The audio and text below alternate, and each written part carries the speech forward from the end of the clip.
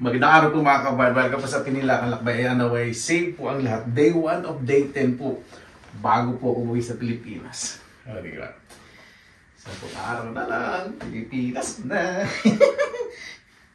Naglalaba-laba po ko lahat ng mga marumi, unti-unti po. Yung mga gamit na hindi ko na kailangan, na-donate ko na po. Ay, naku. Huwag na lang natin tiglapin sa ano.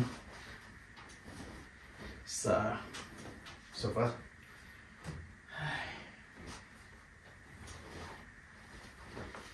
Alam po ninyo, lalo na po sa mga kabataan po ngayon, kapag may ginagawa po ang mga gulang ninyo, minsan hindi nyo pinapansin, di ba? Tapos, pag dumating po yung araw na nagtatrabaho kayo o nagbo-board kayo, doon nyo malalaman kung gaano kahirap yung ginagawa ng mga magulang ninyo. Tapos lalo na pag nag-abroad kayo, diyan nyo mas malalaman kung gaano sila kahalaga sa inyo at kung kaano nila kayo kamahal. Ay, nako. Totoo po yan. Nasa abroad po talaga lahat. Hindi kayo pwedeng magpabebe. At tutunan niyo po lahat. Siyempre, unang gawin po ninyo makisama. Diba? Kaya po nag-abroad para mag-ipon, para sa pangarap. Diba? Ano po natin, hindi yung mga negative vibes, hindi po makatulong po sa atin.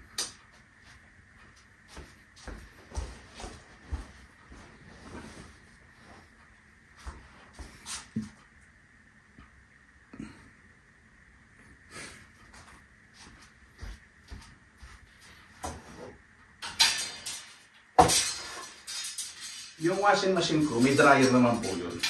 Kaya kahit dito sa loob ng bahay po, isang pay, okay lang. Mabilis naman po matuyo.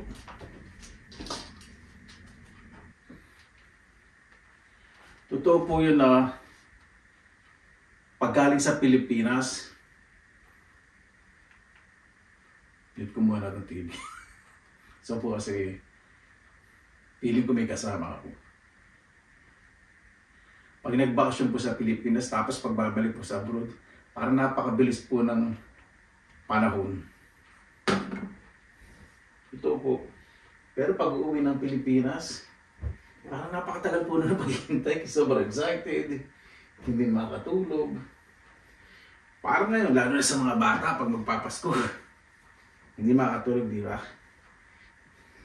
Hindi ko na muna tatakpoy na ko. Bahay kami. Lumulusog na ako. Okay lang po. Isang sa buhay.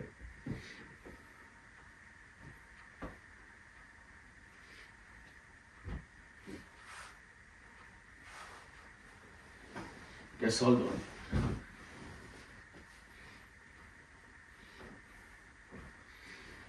Kwento-kwentuhan lang po muna tayo. Kasi siya na po dito sa vlog ko na walang kakwenta-kwenta. Gusto ko lang po magkakwentuhan bago po umuwi sa Pilipinas. Yung luggage ko, okay na po. Natimbang ko na. Kasi sa luggage po, dapat 23 kilograms po. Ang maximum. So less than 23 kilos. Okay naman. Pag aalis po ako, nagde-declutter po ako. O nag-aayos. O minsan, nagbabawas po. Mostly nagbabawas po ng mga gamit, lalo na po mga damit. Siyempre, maliit po kami. Hindi namin masyado naranasan yung mga bagong damit. 6 kami magkakapatid, siyempre. Unahin ng mga magulang ko, lalo nanay po, kabuhayan. Bumibili po yun ng palay. Lalayo po sa silong ng bahay namin. Sa ubo po yung bahay namin eh. Inipon. So pag walang trabaho po yung father ko, ipagkain po kami. Hindi po kami nakaranas ng gutom. Marami pong palay sa silong. Pakikis-kis na lang po. Pag magkakadamit po kami, mostly, bago po magpasok po.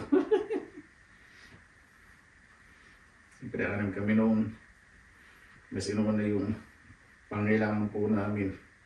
Lalo na po yung baon sa araw-araw. Minsan maglalakad po kami. Hindi naman po mainit ng araw dahil marami po mga puno sa tabing daan.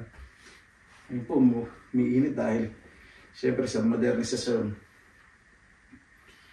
Kaya dumadami damit ko kapag may mga year-end sale. Bibili po ako kasi mura na. Yung mga branded, yung mga sapatos. From 100 euro, minsan magiging 20 euro na lang. Kaya minsan di po pumupunta sa second hand eh. Pero pag may nakikita po ako talagang sobrang mamahalin minsan na mga gamit second hand, ako.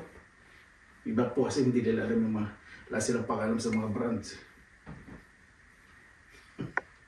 Opo, wala po dito yung mga fashion na collectors na alam mo, magandang bag, magandang mamahal. Wala po. Pero mga collectors, pero hindi nila ipineflex. Hindi sila ganun. Mahilig sila mag-collect ng mga mamahalin pero hindi sila masyadong mahilig sa social media.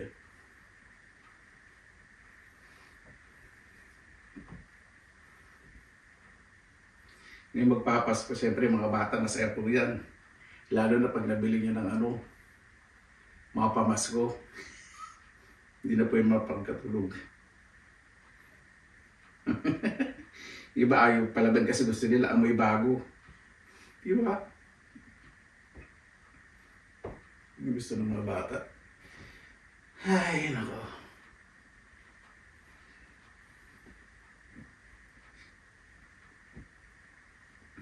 Kaya, lalo na nakaraang summer, nag-end of season, yung mga t-shirts po.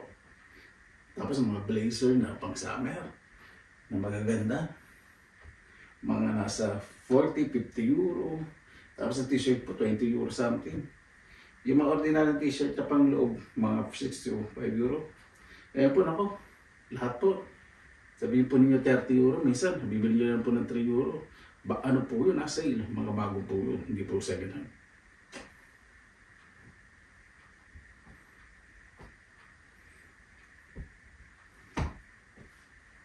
Kaya doon sa mga nakakaranas ng kariwasaan sa buhay, maayos na pamumuhay, nabibili ko yan gusto nila, pasagad po nila. At lalo na po yung sa kayo po,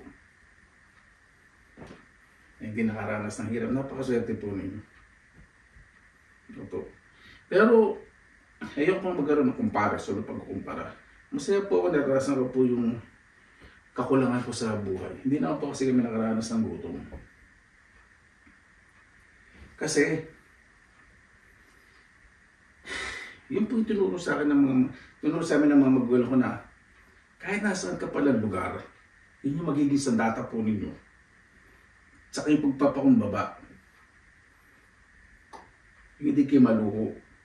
Tapos pa yung may regalo sa simpleng bagay na sobrang yung pinapahalagan, di ba? Na kahit ilang peraso yung dala yung damit, nag-abroad kayo, kahit pa ulit-ulit, sanay naman kayo maglaba, di ba? Tayo kasi mga Pinoy, magparaan eh. Kaya naranasan ko po sa buhay, napakalaki po ng tinulong po sa akin kung paano pahalagan ang bawat bagay po. Lalo na yung maranasan po ninyo ng unang sweldo ninyo. Ang sarap ng pakiramdam. Yung po isa sa pinakasarap ng pakiramdam. Tapos makapagbigay kayo sa nanay ninyo, di ba? Ang mga magulang ninyo. Pakasarap po ng ganun pakiramdam. Alam po, karamihan po sa mga magulang, hindi po humihingi sa mga anak. Siyempre tayo namang mga anak na nakakita ganong paghihirap, sakripisyo ginawa ng magulang sa atin. Kami po, literal po, sa nanay ko po, sa padre ko, yung tipong susubo na lang ng mga magulang. Bibigay pa sa mga anak. Po yun.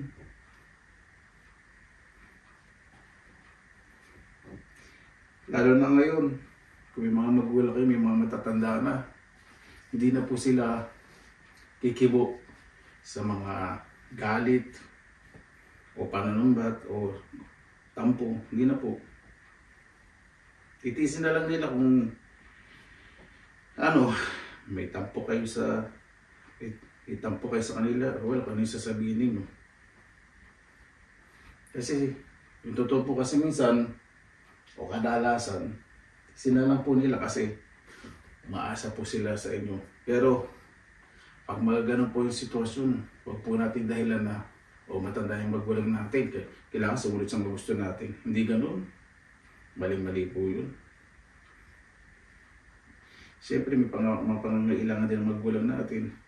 Itrato natin sila na hanggang kasama natin sila,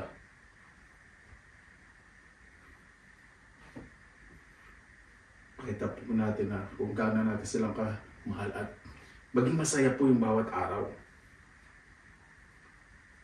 Ako po bilang Pilipino naninirahan po dito sa abroad,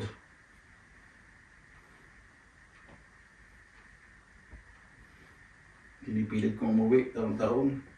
Kung isa o dalawang beses sa taon, depende po sa budget ko. Importante po.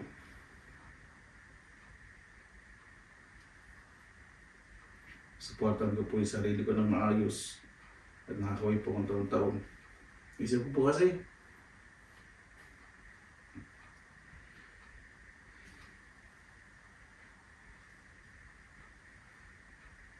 ang pera po kasi kikitain eh. Pero yung makasama ninyo magulang ninyo, naman sa buhay. Siyempre ako po may mga pagkakataon naman na nagpapasalamat ako sa Panginoon na binigyan po ng pagkakataon na madalo ko po sila ng madalas. Siyempre hindi po lahat ng mga Pilipino na nakatira sa abroad may maayos na pagkakataon na tulad ko po. Nakalungkot po yung gano'n siyempre. Kaya sa sakripisyo po ng mga kababayan po natin. Sa ibang bansa hindi po talaga biro. Kasi kahit na gusto nila umuwi ng Pilipinas, kahit gusto nila, hindi pwede. Una, natatakot sila na baka wala silang trabaho, baka wala silang balikan o wala extension. Kailangan mag-stay sila. Pag gawin nila, isipin nila, kung naubos ang pera, ano ba magandang pagkakita sa Pilipinas? Kasi karamihan po sa kababayan po natin na nasa abroad, iniisip po nila mga long time goal. Saka lalo na po yung may mga anak po na may pinag-aaral o may mga mahal sa buhay po may sakit. Naku, yun po sila malaking sakripisyo talaga na dekada o halos buong buhay nila hindi sila umuwi sa Pilipinas. Para may masustento po sa kanilang mga mahal sa buhay, di ba?